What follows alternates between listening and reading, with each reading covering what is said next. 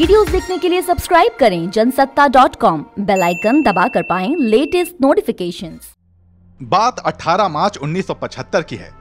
Allahabad high court के justice Jagmohan लाल सिन्हा की court में एक ऐसे मामले की सुनवाई हो रही थी जिस पर सारे देश की नजरें टिकी थी। मसला देश की प्रधानमंत्री इंदिरा गांधी से जुड़ा था, लिहाजा लोगों को अंदेशा था कि कोर्ट भी प्रेशर में आ सकती है। लेकिन जैसे ही जस्टिस लाल कोर्ट में दाखिल हुए, लोगों का सारा शक दूर हो गया।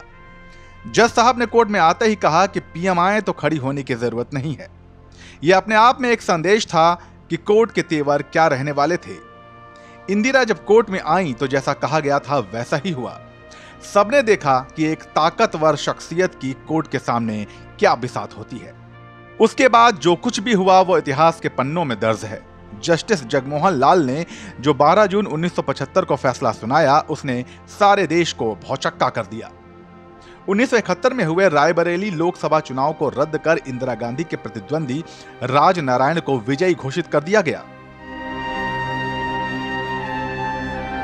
विपक्ष कोर्ट के तेवरों से इतना बाग-बाग हुआ कि उसने सरकार की नाक में दम कर दिया। बौखलाकर 13 दिन बाद ही इंदिरा गांधी को सारे देश में आपातकाल लगाने की घोषणा करनी पड़ी।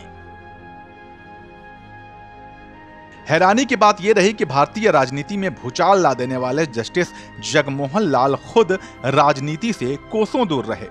सेवानिवृत्ति के बाद वो भारत विकास परिषद जैसी संस्था से जुड़े तो बाद में उससे अलग भी हो गए और बुढ़ापे में अपने वकील बेटों और पत्नी के साथ जीवन का लुत्फ उठाते रहे। जगमोहन लाल सिन्हा का जन्म यूपी के बरेली में हुआ था। 1943 में उन्होंने वकालत शुरू की और उसके बाद 1958 में न्यायिक सेवा में आए। 1971 में वो इलाहाबाद हाई कोर्ट के जज बने और 1982 में रिटायर हो गए। उनका नाम एक ऐसे जज के रूप में लिया जाता रहा जिनके ऊपर राजनीति का लेबल कभी नहीं लगा। उनके समकालीन वकील बताते हैं कि रिटायर होने के बाद भी उन्हें भरमाने की कोशिश हुई, लेकिन सिन्हा ने किसी को पास फटकने नहीं दिया।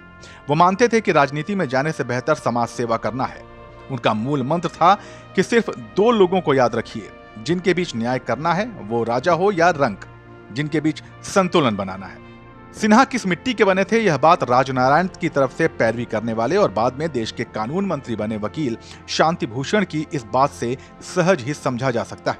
उन्हें ईमानदारी और विवेकपूर्ण रवैये से कोई नहीं डिगा सका, इंदिरा गांधी भी नहीं। इस पूरे प्रकरण पर आपकी क्या राय है, हमें कमेंट सेक्शन में जरूर बताइए और ऐसी ही दिलचस्प सियासी किस्सों के लिए बने रहिए जनसत्ता के साथ।